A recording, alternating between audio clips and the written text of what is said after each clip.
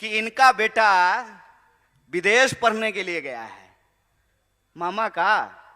और मामा के एक संदर्भ में मैं आपको बता दूं, मेरा नाम कन्हैया है और कन्हैया ने कंस का वध किया था और कंस भी मामा था। यह संदर्भ मैं इसलिए बता रहा हूं कि हमको सच्चाई आंख खोल करके देखने की जरूरत है। इस प्रदेश में गरीब के लिए महाविद्यालय नहीं बनेगा, गरीब के लिए विश्वविद्यालय नहीं बनेगा, गरीब के लिए छात्रावास नहीं बनेगा। क्यों? क्योंकि जब मुख्यमंत्री का बेटा विदेश पढ़ने के लिए जाएगा तो आदिवासी के लिए महाविद्यालय क्यों बनाएगा? और जब चुनाव आ गया है, 20 साल से सरकार चला रहे हैं, जब चुनाव में 20 महीना बचा है, तब इनको बहन जी लाडली की याद आई है और क्या कह रहे हैं कि हम 2000 रुपया दे देंगे। चचा, आप 2000 रुपया अपने पास रखिए, यह बताइए कि 350 का सिलेंडर 1400 रुपए में क्यों मिल रहा है? 750 रुपया तो रिचार्ज कराने में लगता है। बहनें यहां पे बैठी हुई हैं, 2000 रुपया दे दीजिएगा तो 2 महीना ठीक से 2 मोबाइल रिचार्ज भी नहीं हो पाएगा।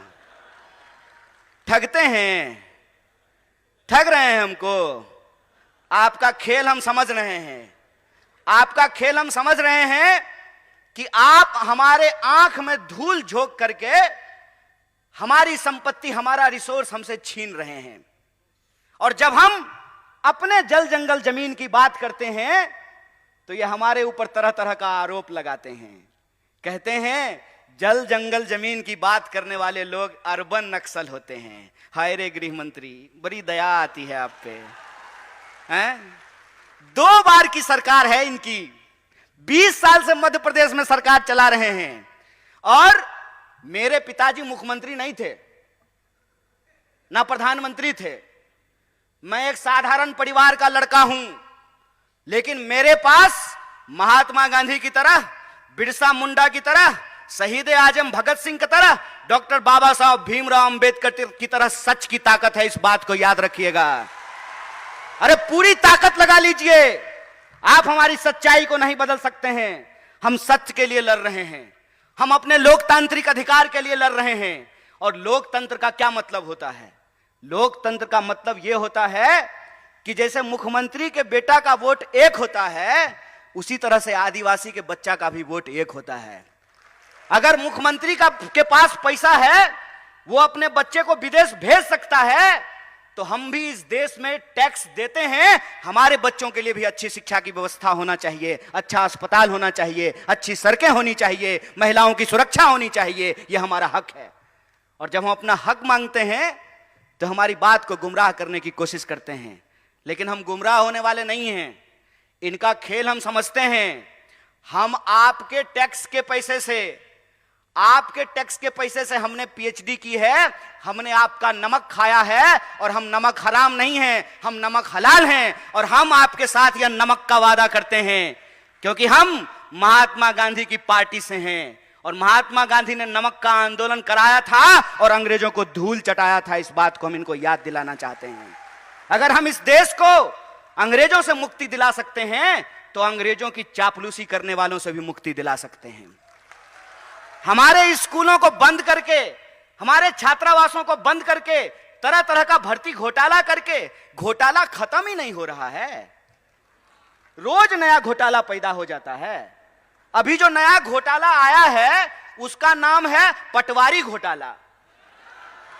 और मैं वीडियो देख रहा था, वीडियो में जो पटवारी घोटाला नहीं, पटवारी परीक्षा की जो टॉपर है, उसको पूछा कि मध्य प्रदेश का राजधानी कहां है, तो बोली दिल्ली। हम बोले बिल्कुल ठीक बात है। आजकल मध्य प्रदेश में सारा कंट्रोल दिल्ली से ही चल रहा है। बेचारे नरोत्तम मिश्रा जी, उनको फिल्म का बड़ा इंटरेस्ट है।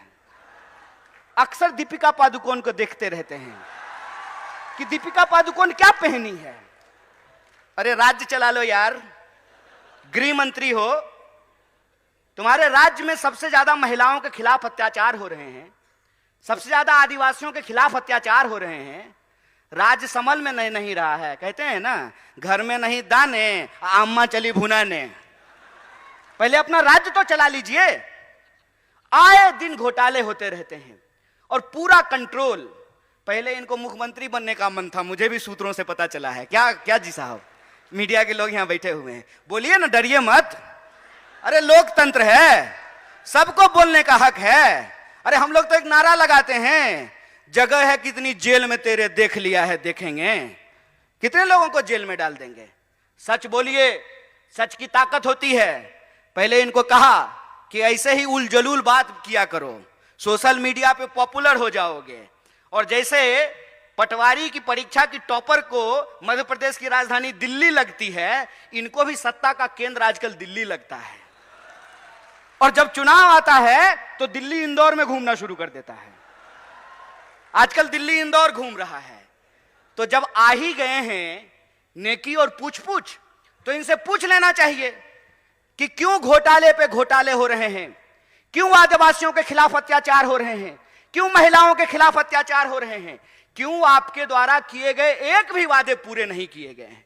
और जब चुनाव आया है, लाडली योजना, समझ रहे हैं साहेब, अपने लाडले के लिए ये लाडली योजना लेकर के आए हैं। साहब, ये सच्चाई हम देख रहे हैं। इस सच्चाई को मैं अपने आदिवासी भाई बंधुओं से कहना चाहता हूं, अपनी बहनों से कहना चाहता हूं कि ये मौका है कि जो 20 साल से आपने अत्याचार झेला है, उस अत्याचार का आपको बदला लेना है और उनको एहसास कराना है कि राजा का बेटा राजा नहीं होगा। ये लोकतंत्र की ताकत है। और लोकतंत्र की ताकत यह है कि सब लोगों को चुनाव लड़ना पड़ता है। कमलनाथ जी भी चुनाव लड़ते हैं, दिग्विजय सिंह जी भी चुनाव लड़ते हैं, और नरोत्तम मिश्रा को भी लड़ना पड़ता है। एक उदाहरण आप मुझे सोच करके बताइए। और यहां पे चूंकि कांग्रेस के वरिष्ठ नेता मौजूद हैं और हमारे आदिवासी भाई बंधु हैं, इसलिए कहना जरूरी है कि श्रीमती गांधी को 2 बेटे, संजय गांधी और राजीव गांधी, दोनों कांग्रेस में थे।